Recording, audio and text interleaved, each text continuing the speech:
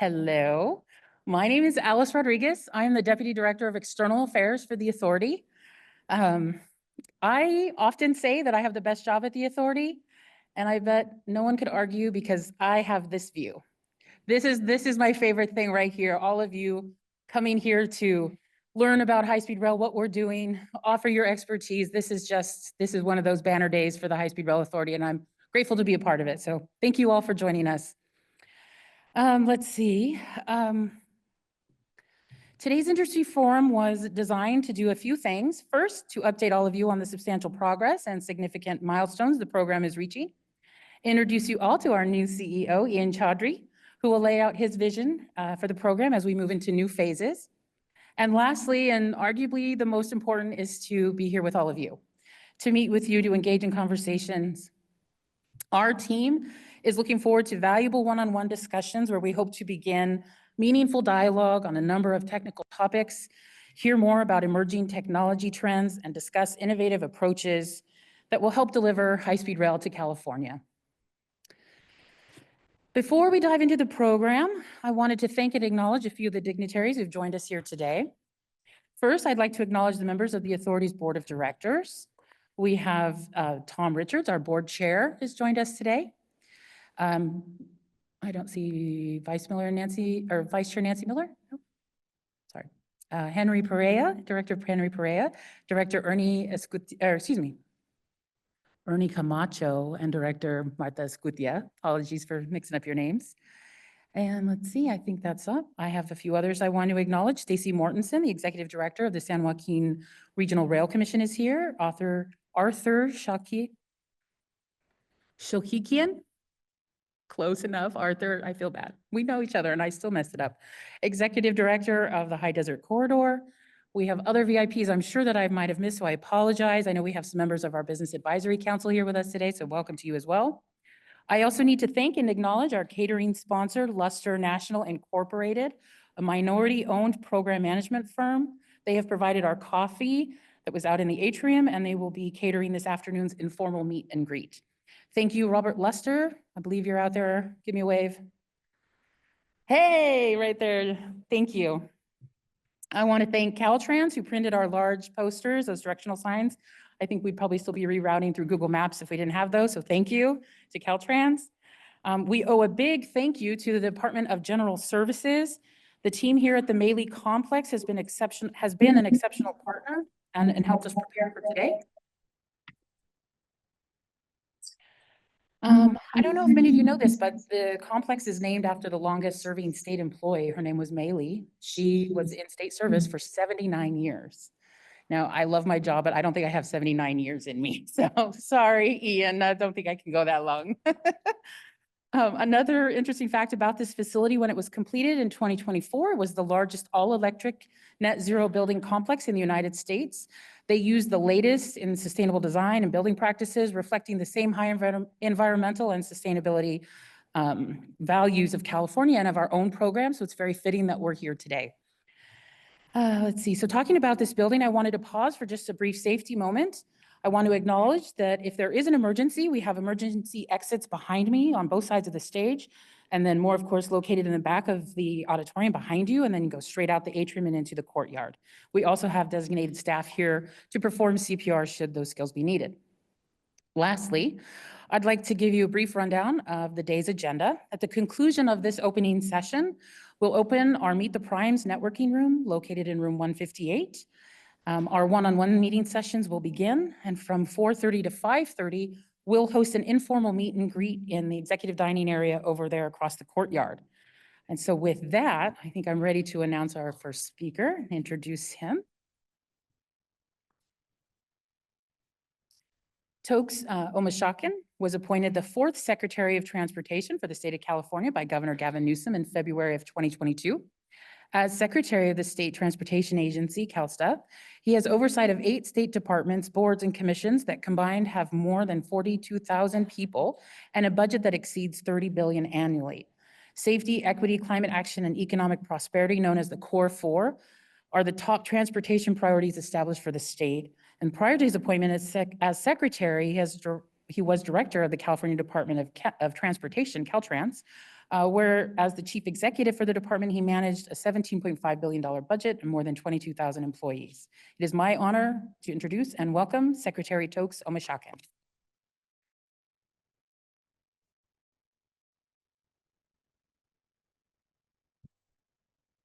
You know, when you hear about the news on this project sometimes, you would think an event like this, there would be, 12 or 13 people that show up to a meeting like this. And you walk into the lobby and there are hundreds and hundreds of people. So this is pretty spectacular, an amazing turnout. So give yourselves a round of applause if you don't mind. This is pretty exciting to see a turnout like this. There are three things that I want to briefly share with all of you this morning, in addition to some commendations that I want to share.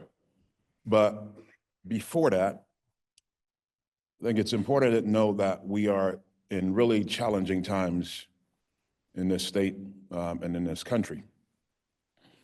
All of you are aware of what happened in Southern California with the fire and the impact that it's had on the state and people's lives, how much attention we've had to pay as a state. Governor Newsom, the attention that he's given to this disaster.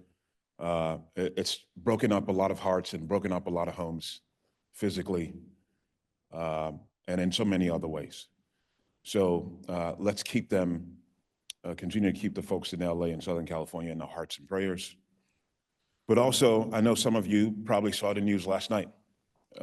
One of the safest ways to travel by far in the world and in this country is via air travel. And you saw what happened and with the tragedy last night. No full count of how many people were actually, lives were lost yesterday in the DMV, the Maryland area. But it's heartbreaking to see something like that happen on such a safe mode of travel.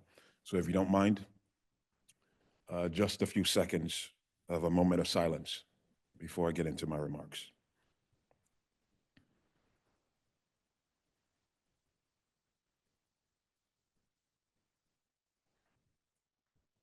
Thank you all very much. So some quick commendations, and I'll share my three quick thoughts. And I wish I could stay for Q&A, but I've been told I better not do that because it might get into some controversy this morning if I did that.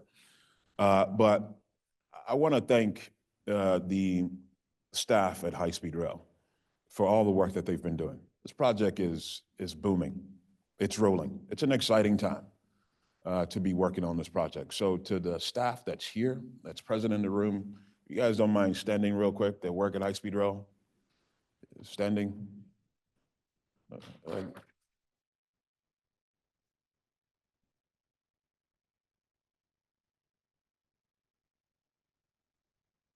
Thank you all very much. You guys got the front row. You should be in the back somewhere. Let the guests get the front row. Also want to thank the board, the authority. I see Chair Richards in the room, the vice chair. If you guys don't mind standing as well. Don't know all the board members, but please stand, everybody. Yeah, they're in the front row as well. Oh my goodness. Thank you. Thank you guys so much for the leadership that you provide on this project. All the success that it's seen in many parts is due to your leadership. And also, we have a new CEO, Ian Choudri. Thank you, Ian, for injecting some new energy and rail expertise into this project. Really appreciate the progress that even more progress that we're starting to see. And also to you, the industry leaders and partners who are in the room. This project is not going to see the success that we potentially will have with it without you. This is not going to happen. Whether it be the remaining non-construction activities that we have, the construction work that has to be done, it's going to have the success that it's going to have because of you in this room. So to all of you who are present, the interest that you've shown, thank you so much for all that you're doing and the partnership that you're providing on this.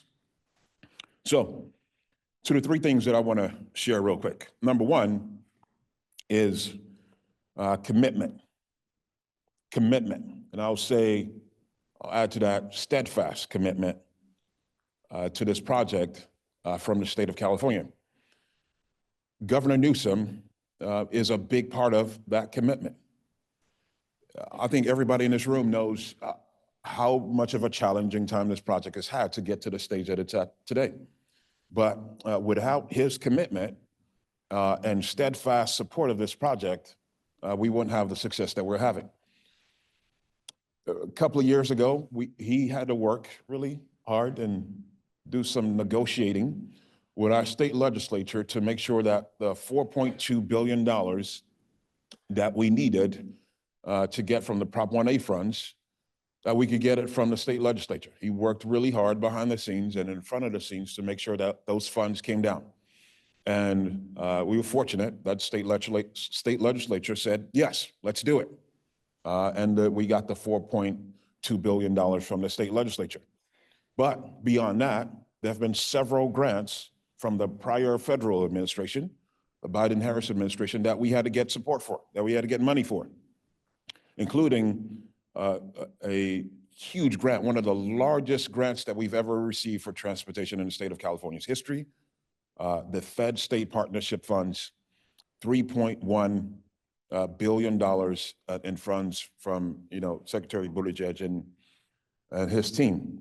We were very excited and proud, but Governor Newsom signed a letter of support for all the grants that we received through the several years of the Biden-Harris administration. So the commitment has been critical from Governor Newsom.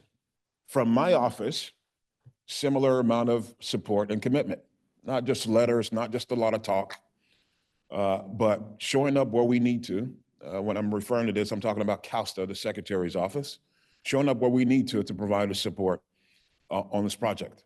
But what are the real reasons why, beyond obvious reasons, it's a transportation project, but one of the real reasons why I've been really supportive of this project is because it fits into what you heard in the introduction, what we call the core four, the four values or the four priorities that we hold in high esteem at CALSTA, the four most important things. If you're not familiar with those, you should get familiar. Many of these are terms, obviously, you've heard of before. Some of them end up being buzzwords, but we have a true commitment to it in transportation in California. Number one, safety. We know this project will make transportation mobility safer because obviously rail is a safer mode of travel than driving on the highways with so many conflicts that you see, driving conflicts that you see on the highway. Number two, climate action. We know this is gonna help reduce X amount of metric tons of CO2, all those things. We know all that stuff. So climate action, the support is there. Number three, equity. Equity. You may wonder, what in the world does this have to do with equity? Well, it's also potentially a cheaper way to travel than having to maintain and buy a car, pay insurance, and all the things that you have to do with a vehicle. Also, there are things like housing that this will help support. Solutions related to that from an equity standpoint. You can live, in the Valley and work in the Los Angeles region or work in the Bay Area because of more affordable housing in the Central Valley. So there's that piece. And finally, of the core four, economic prosperity. Economic prosperity and what that means. All the countries that California ends up getting compared to around the world. Most of you know California is the 5th largest economy in the world. Most of those countries, and the ones right below it on the list, all of them have a high-speed rail system. I'm sure you already know that. But China, for example, high-speed rail for actually the same timeline as California. They're at 24,000 miles of high-speed rail today. They started at the same time we did in 2008, roughly. Japan, the Shinkansen. They have a high-speed rail. Germany, high-speed rail. France, Spain, high-speed rail. So if we're going to continue to remain economically competitive with all those countries, because we can't compare ourselves in California to other states, we have to get this project done. We have to get it done. So economic prosperity being, again, the fourth part of that, or four. Second thing that I want to share briefly with you this morning is construction progress.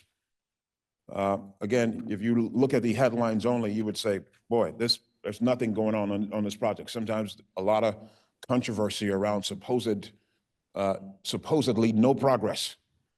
I can tell you, if you visit the project, if you've been paying attention, quite a bit of progress to report. First of all, we are potentially 5 to 8 years away from this project being in operation. 2030 to 2033, 5 to 8 years, right, Chair Richards? Okay, we're gonna get there. And today, there are more than 30 construction sites that are active, 30. There are 50 structures out of the 93 structures that are needed on this project, 50 of them have already been completed. So if you go in the valley and you go to many other parts, just like this, the San Joaquin River Viaduct, you see structures all over the place that are completed. We're also creating a better quality of life, better life for people in so many parts of the Central Valley. Jobs that are being created. More than 1,600 people, or an average, I should say, an average of 1,600 people come to work every day to work on this project. Not a lot of projects that can say that in this state or in this country. Also, we're approaching, not there yet, we're approaching 15,000 jobs, 15,000 jobs that this project has created. 900 small businesses that have also been hired to become a part of this project. 230 of those 900 businesses from the Central Valley, one of the most economically challenged places in the country. 230 small businesses from the Valley have had a chance to be a part of this project.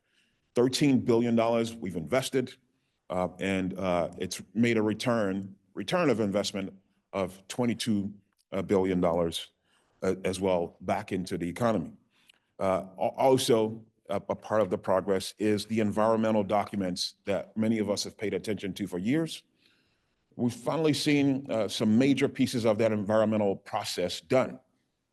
The entire project that we're trying to build is roughly almost 500 miles, 494 miles roughly, 494 from all the way from Anaheim to San Francisco, and 463 miles of environmental documents have been completed. Roughly 30 miles in that last piece from LA to Anaheim are remaining to be done on this project, the part that you see in yellow there at the bottom. So for people who are saying, yeah, there's nothing happening on this project, there's nothing going on, most of the environmental work essentially complete. Several, 30 construction sites under construction, 50 structures completed, remaining roughly 43 structures to complete. We're making progress, and we're going to continue to need you to help get to that very end that we want to get to have trains operational. Finally, last thing I want to share of the three things I want to share this morning is mentioned a little bit already, climate action, but the collaboration and sustainability that we can see on this project with your support. How many of you are big proponents of sustainability in construction in the room? That's really good to see, really good to see. So this project that is under construction today is 70% cleaner than average construction sites in California. Some of you may know that Caltrans is the organization that I used to lead. It's one of the largest builders, or one of the largest folks working on construction projects in the state. Right now, Caltrans has under construction today more than $14 billion worth of work. It's always a challenge, always a struggle to make sure that there's sustainability being practiced on every one of those sites. This project is 70% cleaner than, from a sustainability standpoint, than any other construction site in California. 100%, as you know, renewable energy will power this train. That's the goal. Will power this train when it becomes operational in a few years. And also net positive energy from the train stations that people will be going into as part of the goal on this project. 95% of construction waste from this project since 2013, 95% of it has been recycled since 2013. Those are the kinds of examples of things that we need to continue to do on this project as we really hit the ground even more into those next structures that we need to build as we begin to lay track on this project. We got to get, again, continue to maintain the same level of recycling and diverting waste from landfills across the state. And also, finally, just making sure that as we build this project, we continue to think about community-oriented stations and designs. How we make sure that the last mile is connected for people who are going to be walking, biking, using buses to get to these train stations. All of that is going to matter. So as you help work on the final legs of design or construction on this project, that community-oriented design, again, is going to be critically important. So to me, and to many of you in the room, this project represents hope and mobility. That's what it represents to me, for sure. It is, in my estimate, one of the most important infrastructure projects in the entire country. Possibly, for sure, I would say not even possibly, for sure, the most important transportation project in the country. The implications of us being able to get this done, get it done in a timely fashion. I know the CEO, I know this is something that he's been focused on, is how we can save money and move more efficiently on this project. But the implications of us being able to do this, the ramifications of it, spread well beyond what we may be thinking about just here in California, in the Central Valley region or the Bay Area or LA. It's broader.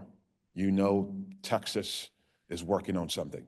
You know, Florida, they have a little tiny project that they've opened up that supposedly will compete with this. You know, we're trying to connect to Vegas, ultimately.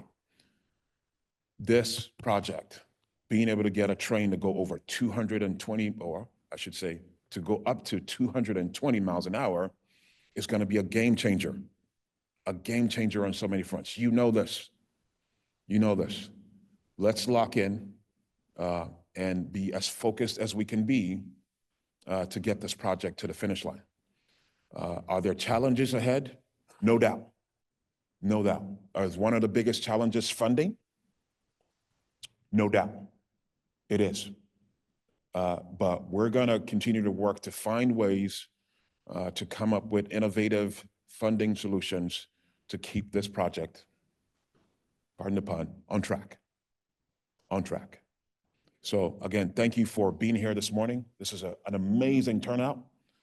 Got a lot to do ahead of us, but together we can accomplish it. Again, good morning. Thank you.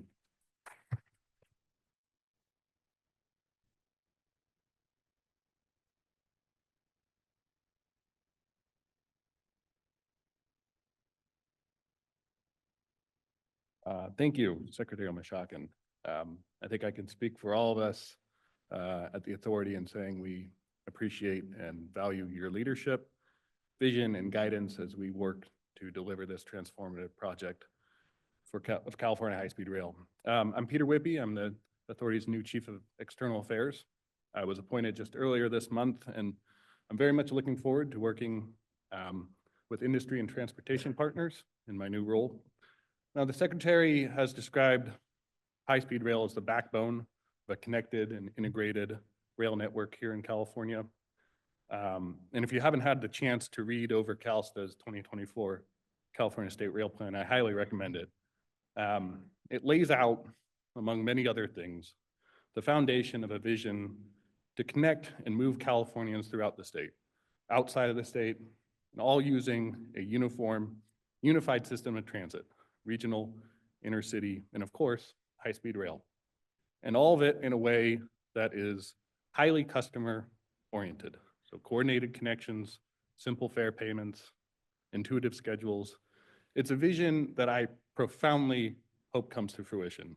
And I'm so excited now to be working to advance this pivotal component in high-speed rail. Now, before I turn things over to our new CEO, Ian Choudri, for his update, which I know you're all anticipating, I'd like to briefly give an introduction to the California High-Speed Rail Project, where it stands today and the work done to date.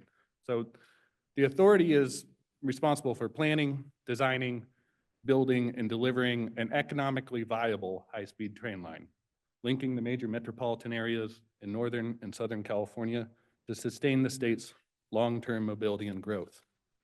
The project is to be built largely on dedicated right-of-way, safely separated from cars and trucks, pedestrians, and other traffic. And it will use only a fraction of the energy of cars and planes. And it will help reduce emissions that are unhealthy for our state's communities and harm our environment. Now, phase one of the project, which is represented by the dark blue line on the map, is nearly 500 miles and will connect the San Francisco's Bay Area, the state's Central Valley, and Los Angeles and Anaheim in the south. Now, phase two, which is the yellow line, will extend north to Sacramento and south to San Diego. And the system will be capable of reaching speeds of 220 miles per hour and include up to 24 stations. You can go to the next slide. So currently, we have 171 miles under construction or under advanced design in the California Central Valley. And to date, we've achieved environmental clearance on 463 miles from downtown San Francisco to downtown Los Angeles. With one remaining segment we're working to clear this year. We currently have 85 structures underway or completed, and 95 miles of guideway is underway or completed. And station design is well underway on the first 4 stations that will serve the initial operations in the Central Valley. Go to the next slide. So since construction began in the Central Valley, we have created over 14,600 jobs. And the authority has a strong commitment to small and disadvantaged and disabled veteran-owned firms, having employed over 860 on the project so far. And as Al mentioned, many of our prime contractors have joined us here today, and we very much encourage you to visit with them in the Meet the Primes room after this session concludes. We go to the next slide. Earlier this month, we celebrated a big milestone in the Valley, and on January 6th, Governor Gavin Newsom joined the authority in officially kicking off the Railhead project in Kern County. The event commemorated the first steps in the tracks and system construction process, and that was made possible due to the substantial completion of construction package 4 last year. Next slide, please. Now, last week, we released the authority's economic impact report. In it, we detail how delivering the nation's first high-speed rail train project is generating economic impacts in California through the program's substantial investments. The economic activity associated with the expenditures attributable to the program supports tens of thousands of jobs across all functions, from planning, environmental clearance to engineering and construction. And to date, the roughly $13 billion investment has generated nearly $22 billion in total economic activity. That report has much more economic analysis, can be found on our website on the Economic Investments webpage. So this wraps up my very brief review of the project, and now to transition from what we've already accomplished and where we are now to where we're going in the future, I'd like to introduce the authority's Chief Executive Officer. Ian Choudri was appointed by the Board of Directors in August 2024, and he joins us from the HNTB Corporation, where he's serving as Senior Vice President. Ian is an engineer by trade and by nature. I mean, if you've ever seen him with a whiteboard and a dry erase marker, you know what I mean. He brings 30+ years of experience in the transportation sector to the authority, including working on high-speed rail projects in France and Spain, and other countries around the world. He has deep expertise in working with federal and state partners on a variety of transportation and infrastructure issues. And in California specifically, he worked to develop connections between the Ontario Airport and the future Brightline West Terminus in Rancho Cucamonga. I think most importantly, though, he's brought an intense and renewed sense of purpose and focus to deliver this project that will be transformational for the state of California and the communities it will impact for generations to come. So please join me in welcoming Ian Choudri.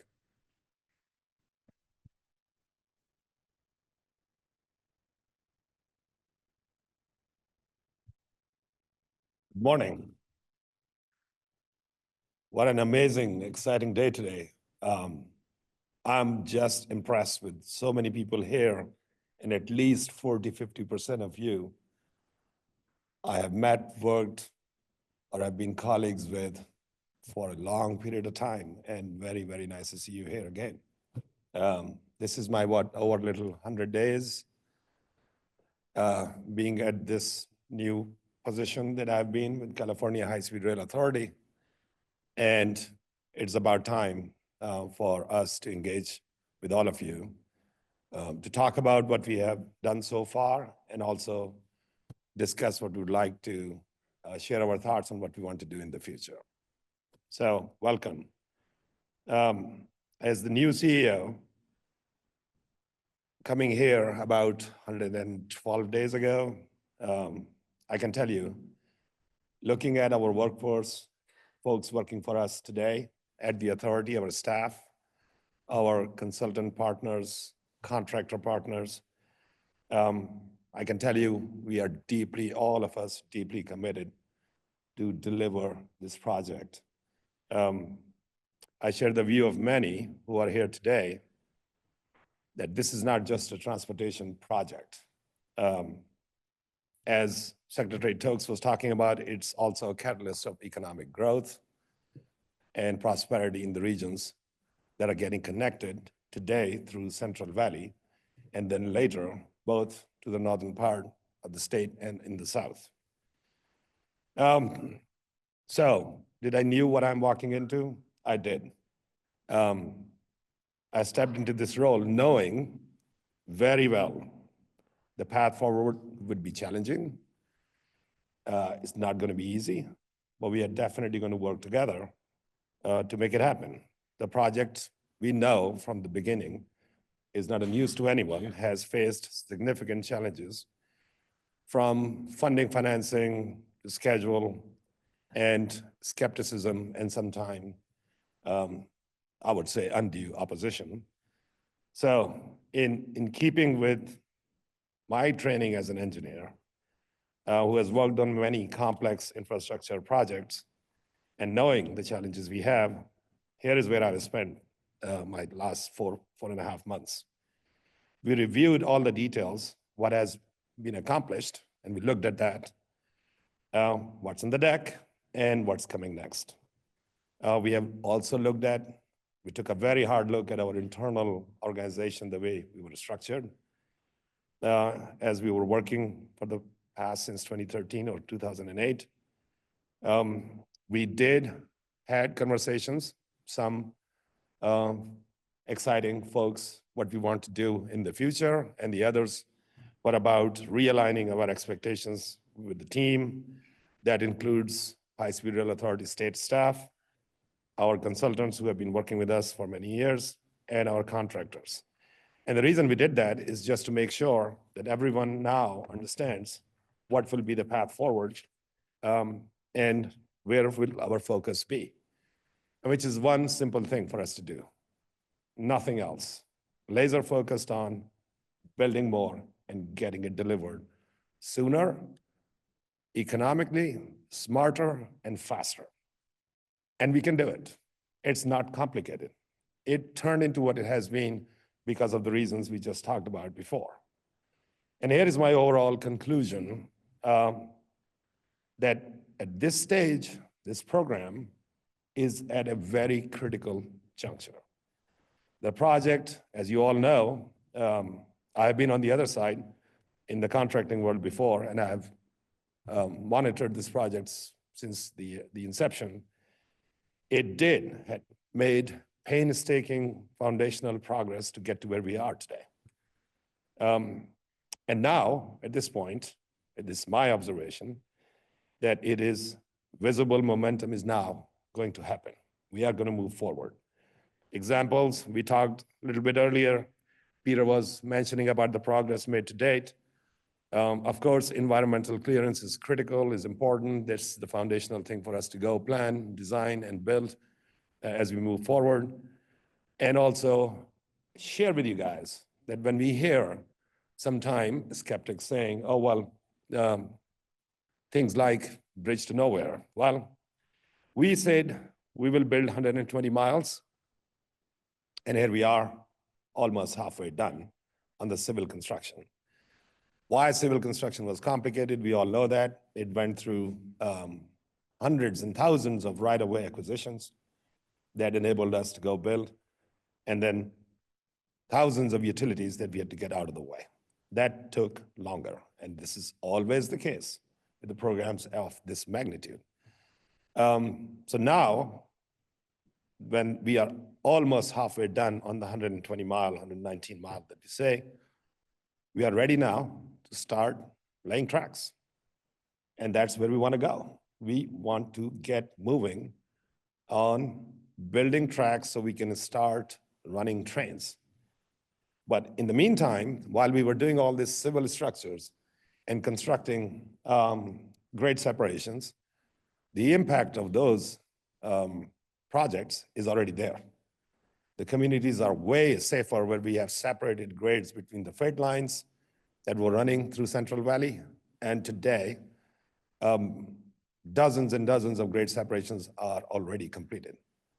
So while we have not laid tracks yet, we definitely have provided safety enhancements in neighborhoods where the project is underway. The other important thing we did early this year, we kicked off the construction of what we call the railhead area, where we will bring in all the materials, commodities that we need to build our tracks, do our power systems, catenary systems, things that we will install. We have taken a new approach to it. We are building the railhead. It's hundreds of acres of the yard that we will prepare this year.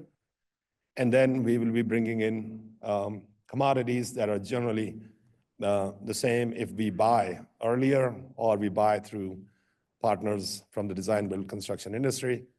We have made a conscious decision that it's better for us that we look deep into it and bring these commodities sooner than later.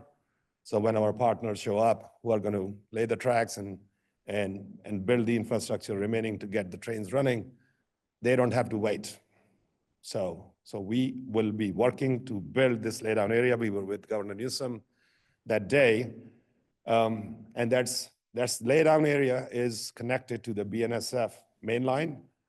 And so BNSF as Class 1 is our partner. They are building these tracks to bring into the yard.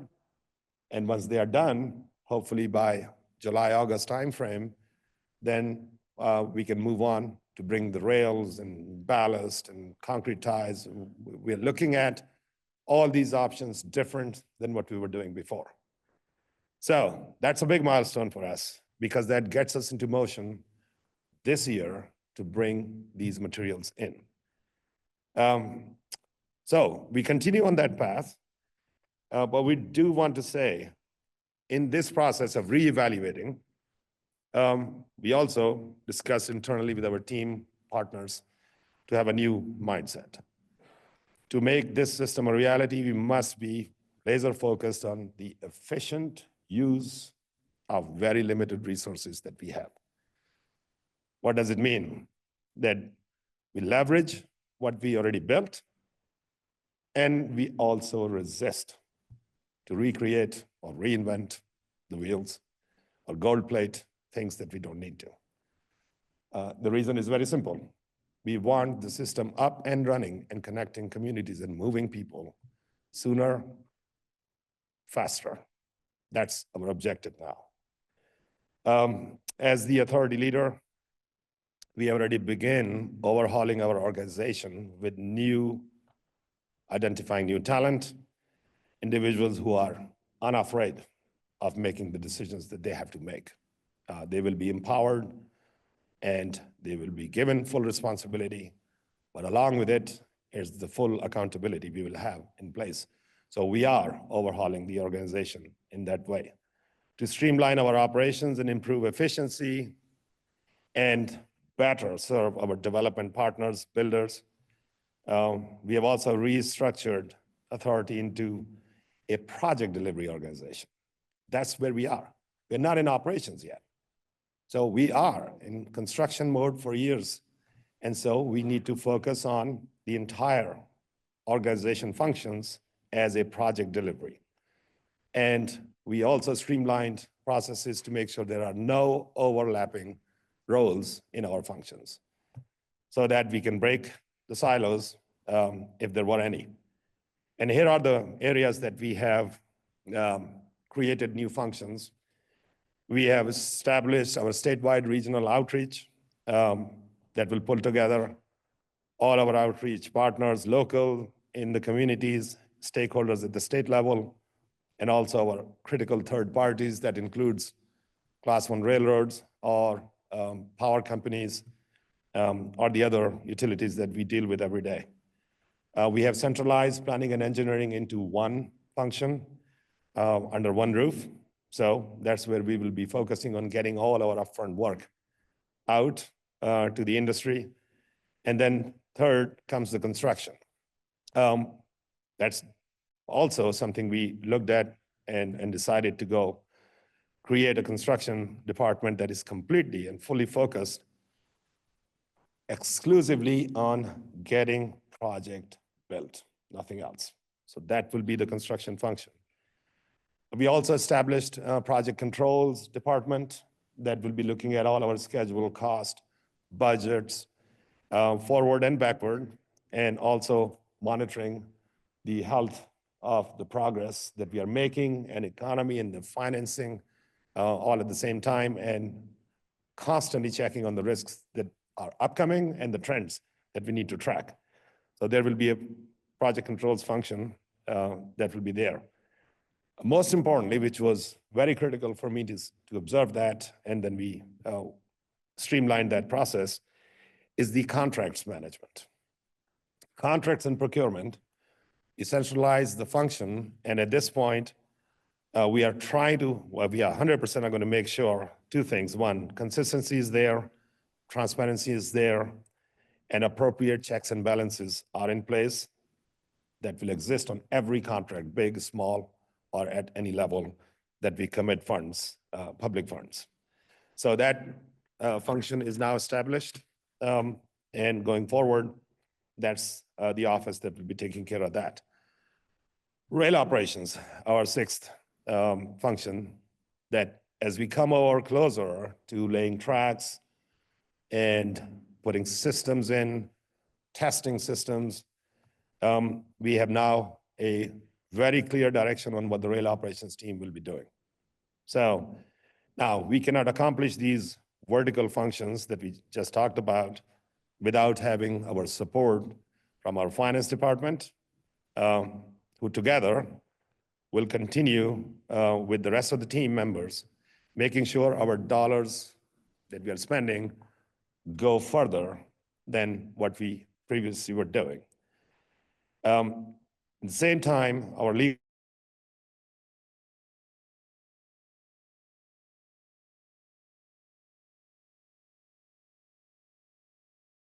design bid build, collaborative contracting models, progressive, CMGC, you name it.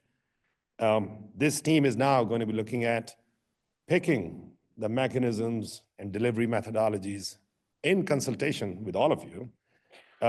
That's why we are here today. But they will be driving, with your feedback, the best practice of which contract go in which delivery method. That's very important for us. Beside those functions, our outreach, you heard from Peter, outreach and communications and administrative and audit staff They are all responsible to keep us on track and ensuring our success that are shared with our authority team, but also shared with our partners and stakeholders across California and at federal level with the nation. Now, each office have a very clear set of responsibilities. That was our goal. In the first 100 days, we want to accomplish. We did that. And everyone now is empowered, responsible, and accountable. My staff, to me, I'm accountable to the board and the governor. So this new structure will enable us to do more responsive, agile, and focused completely on the delivering results. This is not about just reorganizing just the structure of the authority. This is also about a fundamental shift in the way we will approach the work going forward.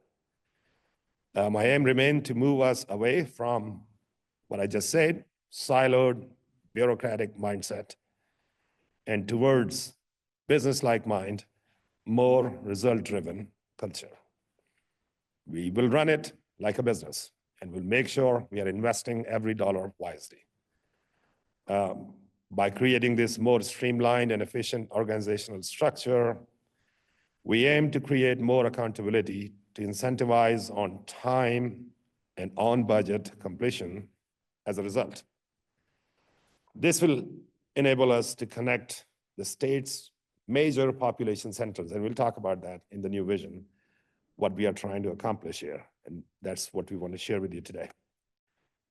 So here is our new approach. And this is very important for you all to engage with us for the next 2 days. We want to make sure it's clear that we are committed to connect Bay Area to Los Angeles. That is the goal, and we are not moving away from that. While working to deliver useful segments that we are doing right now in Central Valley to the public at a lower cost and on a faster timeline. That's the goal. So we're not going to lose focus on that we have to connect on one end, the Bay Area, on the other, to greater Los Angeles area. Now, we have approaches that we evaluated, and we are picking steps. We're taking steps and picking methodologies that will get us there faster. In the north, it will allow us to immediately connect to the newly electrified Caltrain, which we were the major financial contributors to, at Gilroy. So Gilroy, then we have a system of Caltrain that is already existing there, and that can take passengers to San Francisco, while we will continue to work to get our trains into San Francisco as well. In the south, we will connect into the new high desert hub in Los Angeles. And where is that? Palmdale, part of our station. So we are partnering and working very closely with Arthur Sohikian, who's the executive director of High Desert Corridor, who's here with us. Now, what it does, this really kicks in very new concept of Southwest high-speed rail network. It's not just us at this point. You have 60 miles of High Desert Corridor to go interconnect with Brightline on the other side. So if we go south first or north first, we are now evaluating which one moves people sooner, faster. So think about people from Bakersfield can get to Las Vegas if we are connected to Palmdale. And from there, High Desert Corridor takes the train and move people to the Brightline, which in turn goes on both directions, Rancho Cucamonga on one side and Las Vegas on the other side. So now the big question always comes that everyone wants to know about, so where's the money coming from, right? So what's the funding plan? And the budget process has started only in January now. But I will share this with you. We need to build this project. So we are working on the Central Valley. We want to do it in 2033 timeframe, the valley portion of it. But we are also looking at that less than 20 years, we also need to connect to Bay Area and to Palmdale on the other side so that we can access to the population centers on both ends. Now, everyone knows here, this program had challenges on the funding and stable source of financing from the very first day. That's not news. We recognize this challenge, and recently we have been working around to make sure that with the constraints that we have today, we can continue to build while we are trying to solve the problem of, I want to say, stop and go funding, right? So we had discussed that with the governor and the governor's team and Department of Finance for many, many months now. And we are going to continue those conversations, because here is one thing the governor recognized, same like us, that the stop and go approach cannot continue. So those discussions are happening, and we have been talking at state level what we can do. Now, this will require stable, long-term resources that include a combination of state, federal, along with, if we can look at and talk about with you, with public-private partnership.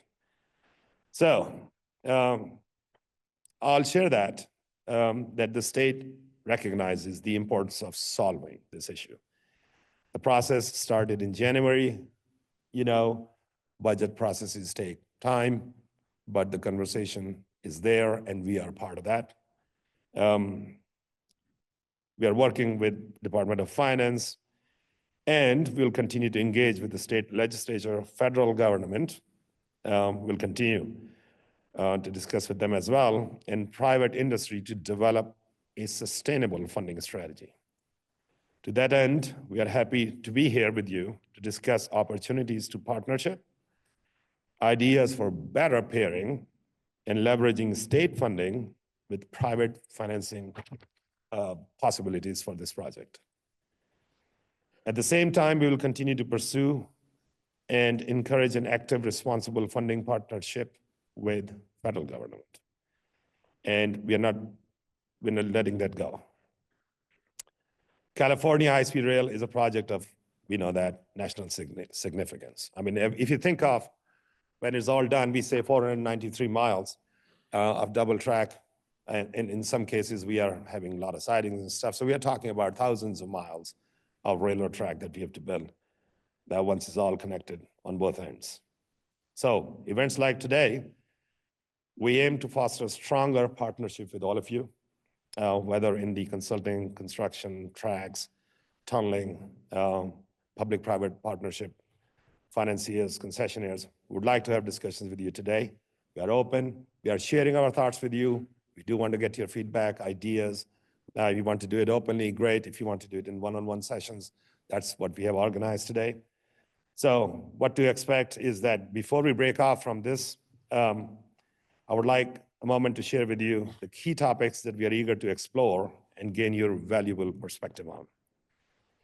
First, when it comes to rail, we are keen to learn about innovative and proven track system configurations that can optimize both construction time and also provide us long-term performance and cost while ensuring the highest level of safety.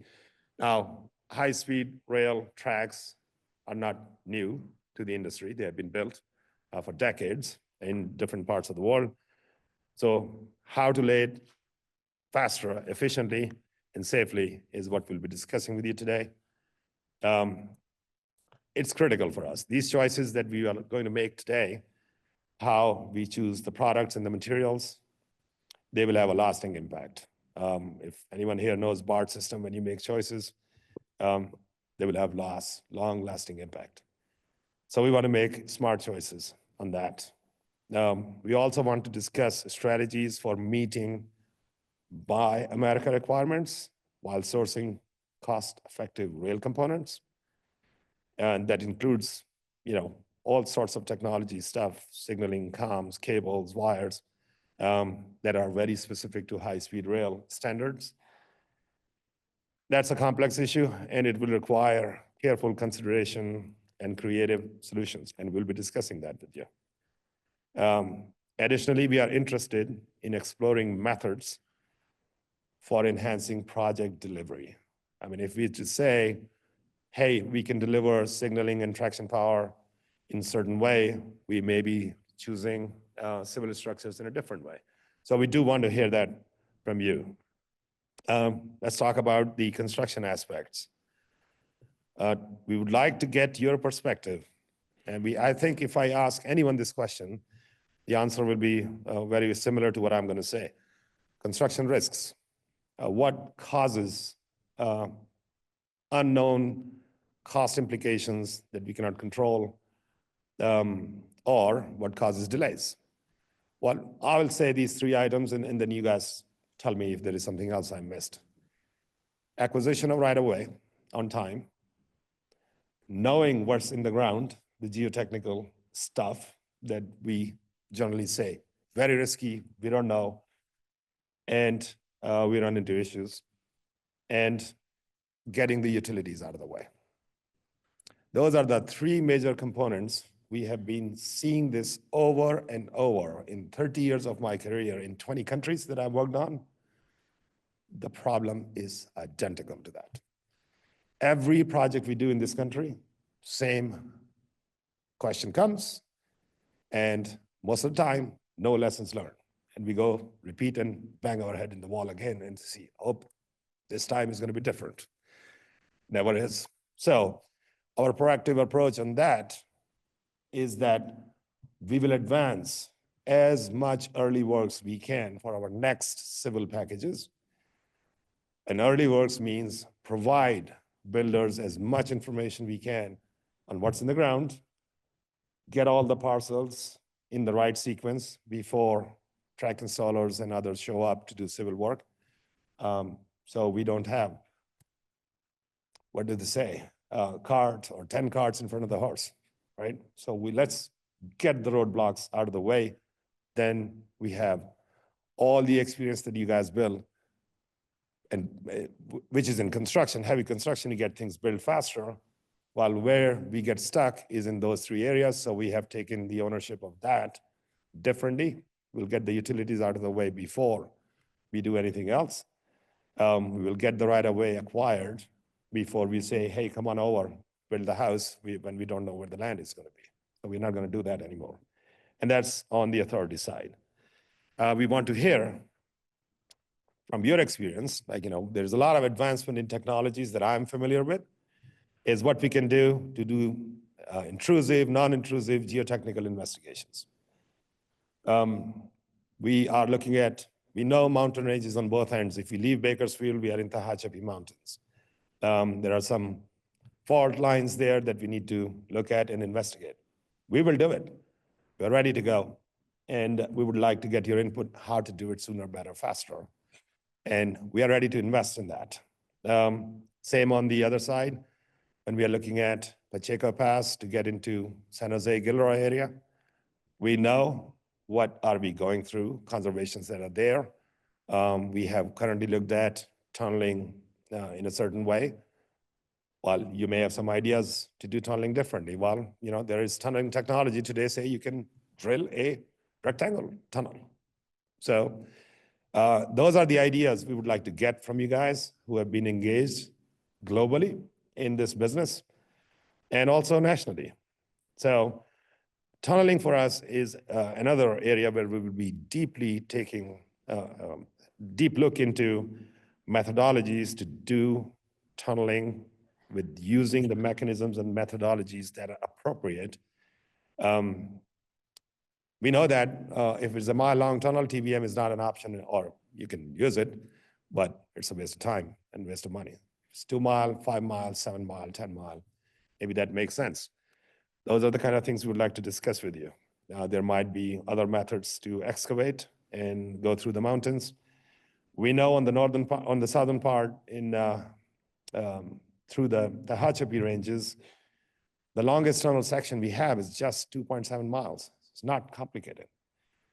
We have 8 small sections of tunnels. That one is, the longest one is 2.7. So I think that's not very big deal. We do these kind of tunnels every day, all day. We have been doing it for 200 years here in the US. But that's an area where we're looking at getting your input. Comes to bridges and structures, we are definitely very interested in discussing with you benefits of modular design, precast sections, standardizing spans that if we can do it. What do you guys think? Give us your thoughts and ideas on that. Pre-engineered components, if we can do that, that reduce cost and reduces schedule. Because we are a little bit behind schedule in this program, if you've not noticed that. So we recognize the utilities investigation is another thing. I mean, we generally go and do potholing everywhere, and then what we say, plug and pray and see. Hopefully, there is nothing here now. We have known everything we need to know, and boom, we hit something. And they're like, all right, work stop order. We hit major utility, and we are now 6 months behind schedule because we have to go fix it. So we know there are new technologies available today coming from different sectors. We'd like to share. We won't tell you what we want to do in our early works strategies, and you tell us if there are non-intrusive and even intrusive ways to find out what's in the ground, because most of the Central Valley part, we have gone through major cities. Now when we leave Bakersfield, it's open land, so we may not have that many issues. But once again, when you get closer to population centers, you will have the same challenge you have on every project in this country or anywhere as it relates to utilities. We are also very interested and excited to learn from you guys on the advancement of AI-driven scheduling, resource allocation, inspections, deploying automation as much as we can so that we optimize time, which in turn, of course, is optimizing cost. Finally, when it comes to funding and operations, we are looking at get your read on the current appetite for private investments and public-private partnership models. There are so many out there who would like to pick your brain on that. We recognize that a project of this scale and complexity will require significant financial resources. We know that. And I think we all have a full awareness on that. We are open to explore creative funding and financing strategies with the state is heavily involved in that to deliver this project in a timely and cost. That will be the goal, like how fast we can build if we go in public-private partnership scenario. We are also interested in discussing strategies for securing station-related financing. We have assets that we own, thousands of acres around the stations in other places that could be considered as our capital assets. The development of high-quality multimodal stations and associated transit-oriented development. We would like to hear that from you. What are the opportunities there? And also best practices for maintaining and operating trains and the facilities that are. So we have now completed about 23, 24 miles of civil infrastructure. We are taking it over. We definitely are moving into a phase where we can start laying tracks, but we do need to maintain these assets based on these standard practices. Finally, we recognize the critical role that infrastructure cost estimators play. And I come from the same industry most of you are from. Estimators are critical to get the cost right. And when I say that, not benchmarking, my last job was really estimating it for what it will be today.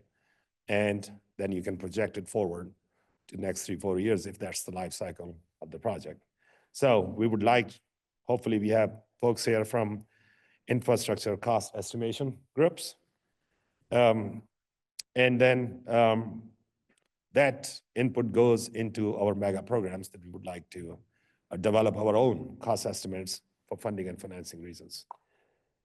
At this point, I feel you are confident that you can engage openly and honestly. Really, it's all flow of information back and forth. For any of you in the audience who are not attending, by the way, this is important because I heard that from many of you who are not getting or attending a one-on-one meeting, we still value your input. What does that mean? Over the course of today and tomorrow, if you're not in the one-on-one meetings, or we are here in Sacramento, you can request that anytime. And we'll be more than happy to accommodate that. Do not hesitate to come up, introduce yourself. And if you're not able to really dig in here at this forum, it's an open standing invitation to all of you. Just reach out. Our team is here. You can share your information with them. So, summarizing, the high-speed rail has the potential to be a powerful engine for our social mobility and economic growth. By connecting our cities and regions, we can create opportunities for economic development and job creation. We know that. By providing a cleaner, more efficient alternatives to cars and planes, we can reduce definitely our carbon footprint, as Secretary Tokes was talking about. And by investing in the future of our state, we can build a legacy that will benefit generations to come. A system that is efficient, sustainable, and equitable, that is California high-speed rail. A system that connects us to each other and to the world around us, that's our project. A system that embodies the very best of what California represents, which is leading the way and willingness to dream big and to take challenges on and to lead the way for the rest of the nation and rest of the world. Thank you again for joining us here today. And with this, I look forward to having conversations with you rest of the day today and tomorrow. So welcome to the forum. Welcome to California high-speed rail.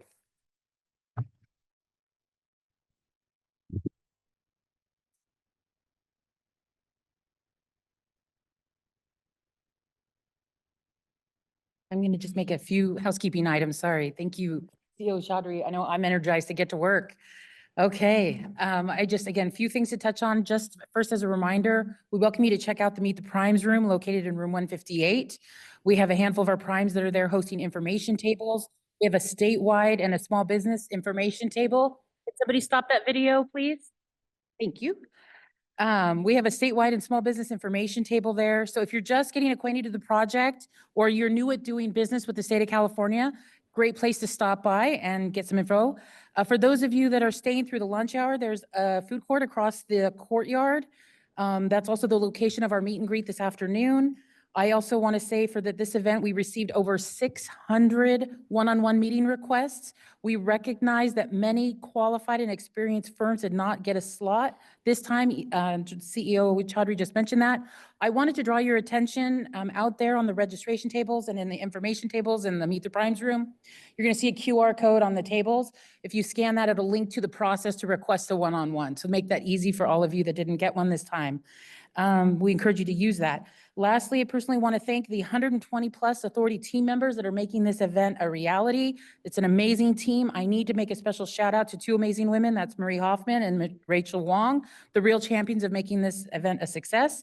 Thank you to all of you. One last time, I just want to say thank you for joining us here today.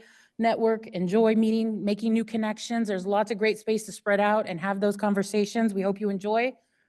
Stay tuned for more progress in 2025 and beyond. Thank you. Enjoy the day.